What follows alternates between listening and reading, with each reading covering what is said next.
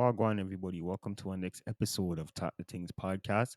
My bad, I've been away for a little bit. You guys know I took my break because of whatever, but this recent past week, I was working. You guys know I do my next job other than YouTube, and I was so busy. I was just busy. I was working day after day after day.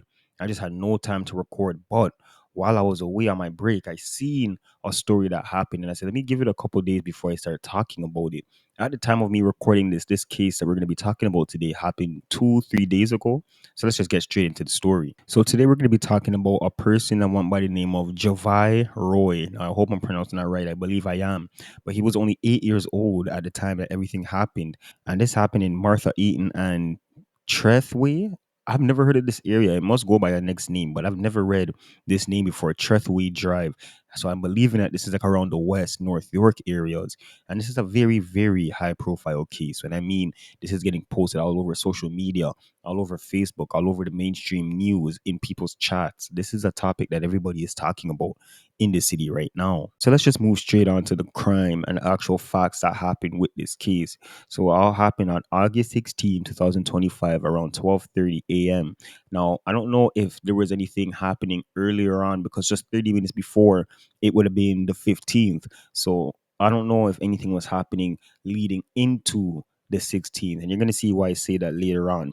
Now, Javai was sleeping in his bed, and I believe he was sleeping with his dukes. One of the news articles I read said, or he was lying down with his mom and then went into his own room. I'm not sure of how it went. Bed sleeping when all of a sudden neighbors heard 12 gunshot, around 12 gunshot, can't be exact.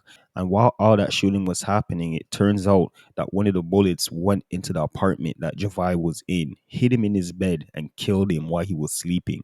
So you could imagine everybody hearing this now is like, what the hell? Especially an 8 year old to hear that he died in such a, what would you call it? Such a stupid way, such a senseless way. You know, it's not even like as if Mandem was specifically targeting his apartment. They were just shooting from, and you guys are going to see in the news article I'm about to play, they were shooting from, I believe, the building sign. And it somehow reached the apartment. So they weren't even standing up close to like the window and look inside of the house and shoot. They were just shooting and it wound up hitting his apartment. There was even two other apartments that were shot up, but nobody was hurt inside of them. So let me play you guys the news clip now, make you guys hear what going on with that, and then I'm gonna come back and read you guys a post that the mother put out, and then some other things that I found interesting or my thoughts with this whole case. What's happened here is a cowardly, disgusting act of violence. A family shattered after an 8-year-old boy was killed by a stray bullet while sleeping inside his North York apartment on Friday night. The saddest part of this young boy was in bed at home when this happened. He was in his home, the safest place that you can be with your family, in bed, when he was struck by a stray bullet. The family has identified the victim as 8-year-old Javai Roy. A family spokesperson says Roy was lying down with his mother when it happened. There are no words that can capture the pain of losing a child in such a horrific and senseless way. This young boy should have had his whole life ahead of him. We owe it to him, and we owe it to every child to do better. Police were called to Martha Eaton Way and Trethewey Drive just before 12:30 for reports of gunshots, finding the young boy with a gunshot wound. He was taken to hospital where he was pronounced dead.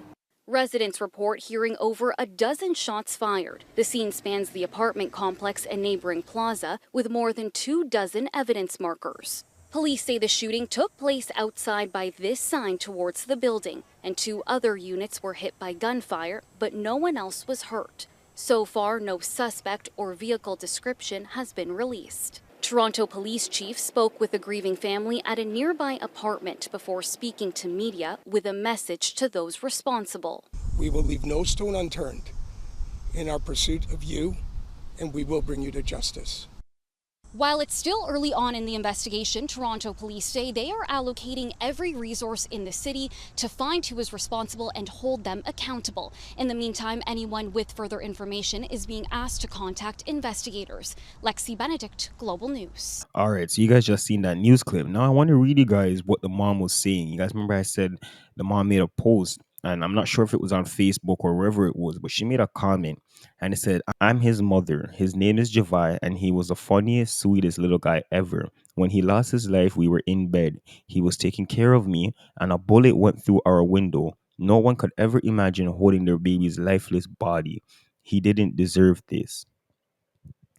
So when people read the mom's post now, everybody, and before she made this post, everybody was feeling bad for her. But now that people are reading this post now and seeing how, she actually felt, which we could have never imagined, but from what she put out, how she felt in that moment, it made a lot of people feel bad for her. They opened up a GoFundMe because this is nothing that anybody would have expected just to come land on them just so. Like she was saying, a bullet just came through the window and licked her son. Nobody was planning this. Nobody expected this. It's not like her son was involved in nothing and, they had to always look out to make sure man wasn't coming near the house. He was an 8-year-old boy and bullets just come raining through the window them. So that must be a fuck up situation. But a lot of people are asking, why did this happen? Why did you think that people did this? Now, my thought was obviously the little boy wasn't involved in no gang things or nothing on the street. But, where he lives might have some people that a next group of people don't like.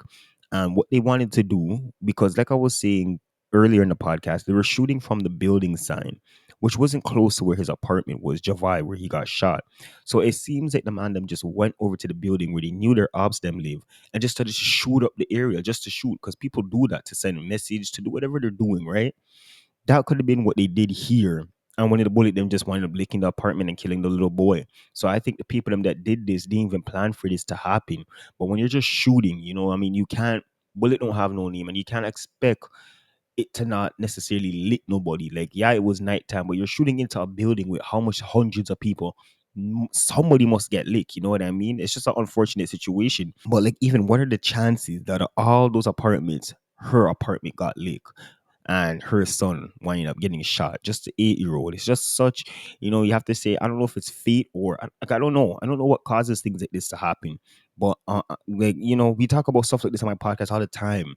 Stuff where people, the parents are either purposely trying to hurt their child, or they're involved in whatever on the street, man, I'm come look for them and that's what happens. But in a case like this, it's just so fuck up. And I want you guys to let me know what you think about this whole situation. I seen people even saying that the Somalians them did this, that it was Somali niggas that are involved. So I don't really know. You just have to let me know what you've been hearing, if you have any thoughts about this whole situation.